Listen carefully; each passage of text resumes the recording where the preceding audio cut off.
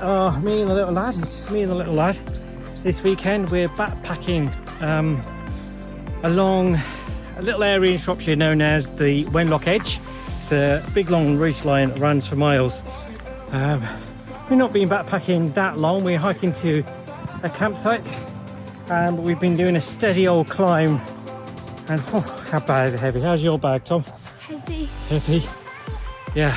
So off we go. It's not too far of a walk. It was raining earlier. Fortunately, it's not raining anymore. But we are all geared up in case it does. So yeah, happy trails. Well, not used to this. These bags are very, very heavy. We've been lucky that Vango sent us some of their lightweight gear to try out as well for this sort of thing. And we got loads of other gear as well. So not all of it, unfortunately, lightweight, which we're paying the price for now. So I'll show you that once we get to the campsite. But fortunately, we're just on a little downhill bit at the moment of the trail, but I'm just worried that downhill means it's going to go uphill again soon.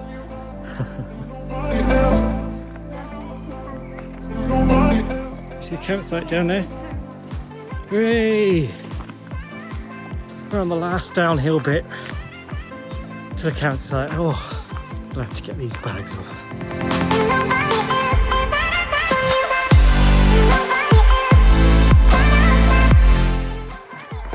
Yeah, is that good? Is that good?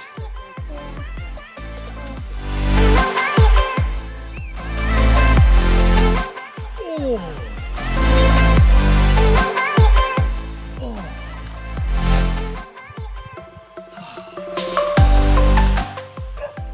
Normally you can see the hills, but today it's just a bit of a wet drizzle. Okay, so here are our self-inflating mats, the Vango Dreamer singles. They're lightweight, but they're not that small, which has taken up a fair bit of space on the bag. Everything's quite wet here, so we're trying to get the tent set up here. Here's the tent packed, pulled out the bottom of my bag. It's the Vango Banshee XD300. So rain's coming down. Someone's over there sheltering. Going to try and get this up as quick as we can.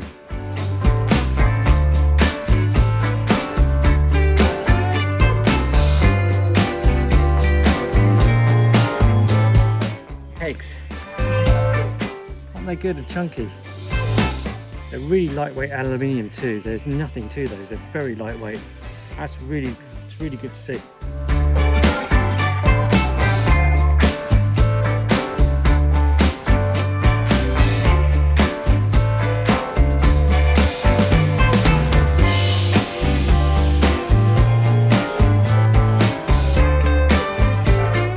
Okay, so that was extremely quick to pitch, and we have pitched it before a couple of times already, but not really in anger when it was raining. Fortunately now the drizzle's just stopped. But yeah, that's the Vango Banshee 300 XD. It's quite a wide tent, as you can see. It's not been out the bag for a little while, so it's a little creased up. But yeah, that went up really quickly. There's not a lot to it really. It's 2 poles go in, clip into the bottom. Some good aluminium pegs then go in there. So let's have a look inside.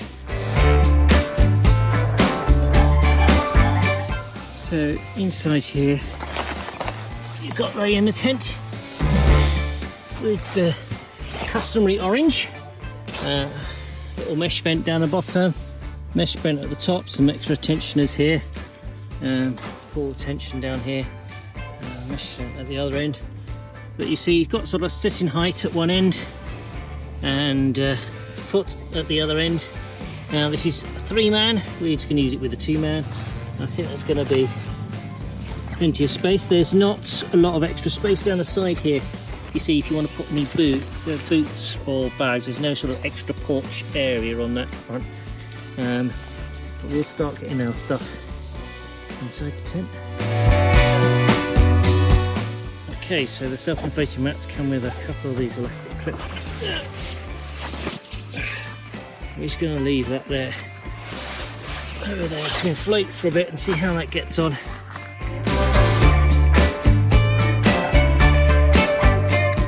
Keep those bags inflating.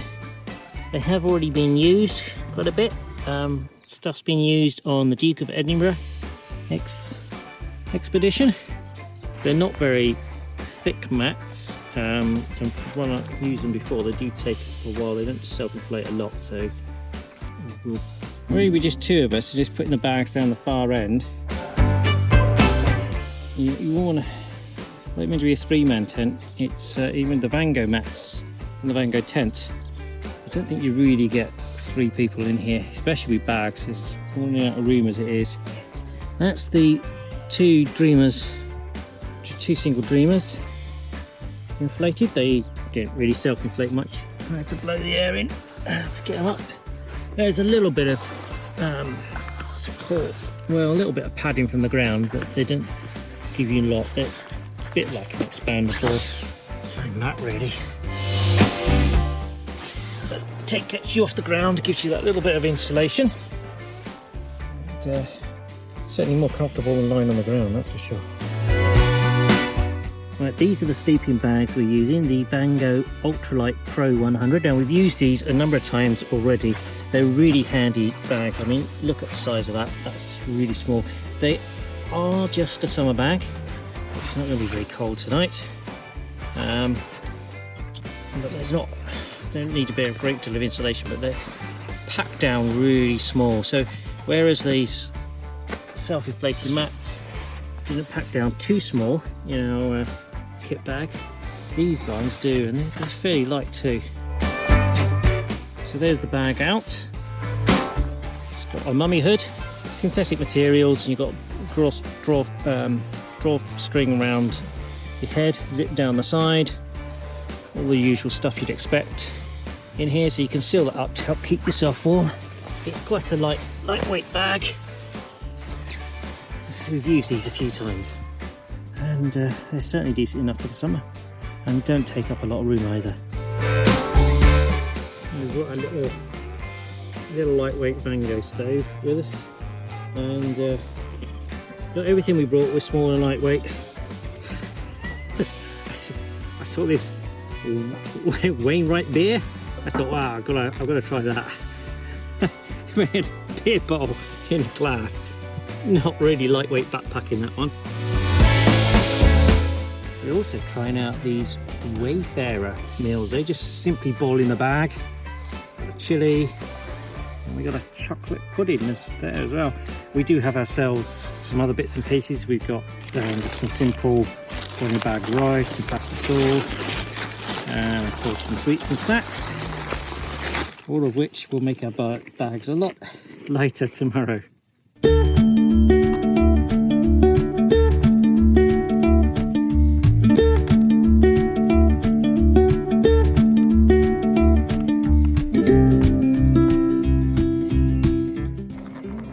Goes our boil in the bag rice. See, the plastic bags do seem like a bit of a waste of plastic, but all you have to do is lift these out with a fork and they drain. So you don't need, if you're traveling light, you don't need anything else to drain these. I think these are about done. Yeah, just with the stirring sauce that we just stir in, mix it, the pans are nice and hot, and the water from the rice is still in there keeping warm, and we'll use these for the Wayfarer food. Here's the instructions for the Wayfarer food. Just put unopened in a pan of boiling water and heat for 7 or 8 minutes. And eat straight out of the pouch. There you go.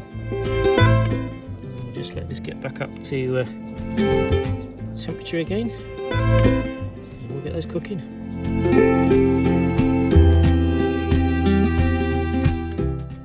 heating up now. Now, one slight problem, quite big bags, and if you're hiking, you're not necessarily going to have a pot that bigger. So I've got a collapsible saucepan here, but it's on a little hiking stove. Yeah, but hopefully they're immersed enough in there to warm through.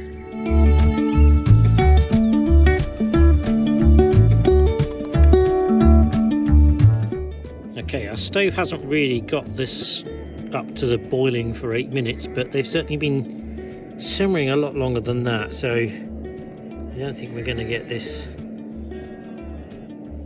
up to a really good boil. Certainly uses a lot of fuel. Trying to heat this amount of water. It is deceiving because it is up underneath. It is boiling underneath there. So we're going to take out, especially the chocolate pudding. I know someone's dying to try that, so get that out and see what it's like. First thing, we got to let it cool down a bit. It's a bit too hot to touch.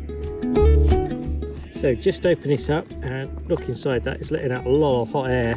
There's sort of a spongy pudding and a chocolate sauce down the bottom. I think if you put a spork in there and start mixing that all up, it should be all right. You ready for it? Yeah. This bag's quite hot. Okay, give that a stir.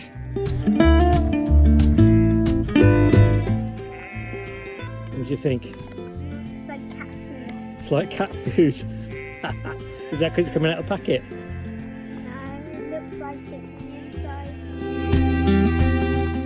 Doesn't smell like it though. Doesn't it? Smells chocolate sauce, doesn't it? And try a bit, taste a bit.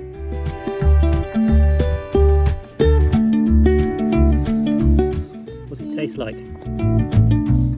Chocolate? It tastes like a chocolate sponge pudding? Yeah. It does? Good? Yeah. You'd have that again, would you? Yeah. Give it a thumbs up. I've got vegetable chilli in there. It's looking cooked. Rather warm, so give it a try. It's alright actually. It's got quite a kick to it. Very hot. Very hot. I do find it awkward eating out of the bag, but I suppose if you're out and you're trekking away and you just brought these, you didn't bring any other pots and pans or anything to eat out of, then I suppose that saves on bringing plates and stuff. But I think I might tip mine back in my mess tin that I've been using. I do find it a bit fiddly, but it's okay actually. So there we are in the mess tin. The rice is from what I ate earlier. I should have saved some rice really for the chilli, but trying to cook on one pan, that wasn't really going to be possible. But sun's just clear, the mist is clearing now rather. Evening sun is trying to make an appearance.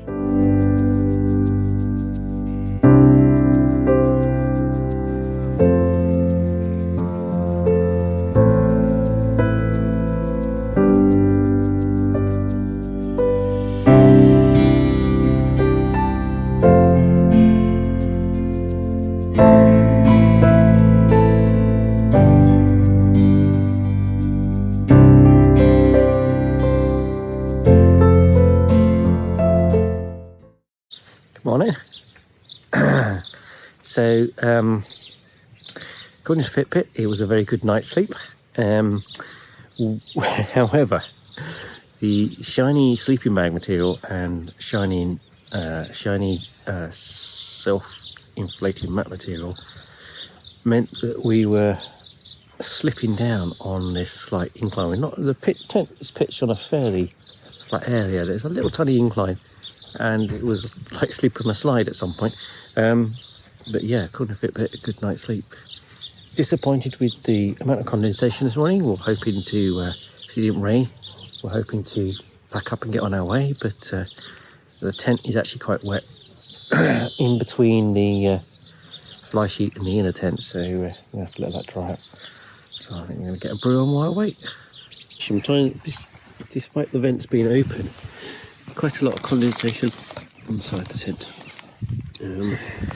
And the shape of the door means that water on the outside drips in to the inside of the tent, which is not great.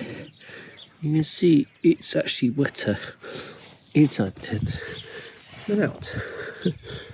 Unfortunately, no kettle to make the morning brew, so using the collapsible saucepan instead, using some of these coffee bags. Camping for quite a while, various different brands and bags out there, but it makes it easier to drain. But my one and only brew I got this morning, and the bag burst and dumped all the contents in my one and only coffee. Oh, disaster. Oh dear.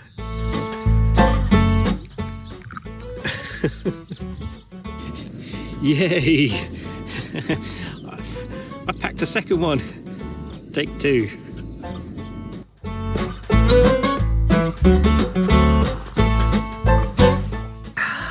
That's better. That's what you need. Nice warm drink on a cooler morning. It looks like the sun's getting up. And then we can see the hills behind me in the background there. And there's some more over there. And that ridge line behind us with all those trees, you see that? That is the Wenlock Edge. Yeah, I think it's one of the largest corridors of wooded area in the country. It goes on for miles. So we're going to pack up and head up there, but we've got to get this tent dried out. It's very wet, not from the rain, but from condensation. It's wet on the inside, so I think we're going to take the inner tent out, and while the sun's just popped out, try and get it dry. Okay, my bad. What I was saying last night is it could have done with a space to store shoes and bags and stuff. Just going around to the other side of the tent, where just undoing it, take away, and then realise that in this area here, it does have a porch area. And what's more, when that condensation rain coming in, if we'd used this as the front door, around this side, here's my bad, I've not pitched this in a year, so, and I totally forgot about that. So the way we pitched it here on the slope is we use the other side as the main door, but this is clearly the main door. So it does have an area to keep shoes, maybe some bags. Yeah, okay.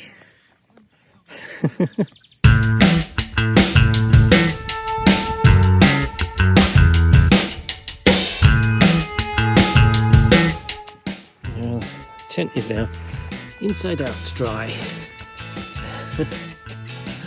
I've never known, I use a lot of small tents, I've never known condensation quite this bad. It's different when you have help. Yeah, there's fish in here. Those giant geese over there.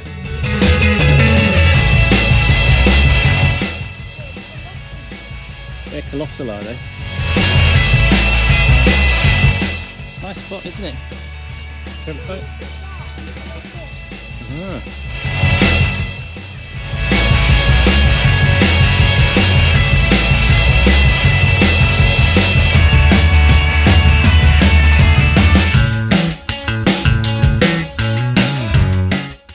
So we managed to get it all back in our bags, and now we're going to carry it back up along there.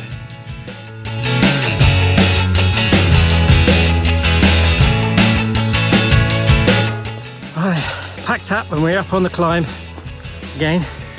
Got the backpack configured a bit better this time, so got most of the weight on the hips rather than on the shoulders, which is a lot better to do. But I think not having a huge glass beer bottle in the bag has helped as well. But it's quite a climb. So interesting backpacking experience. Not something we normally get a chance to do.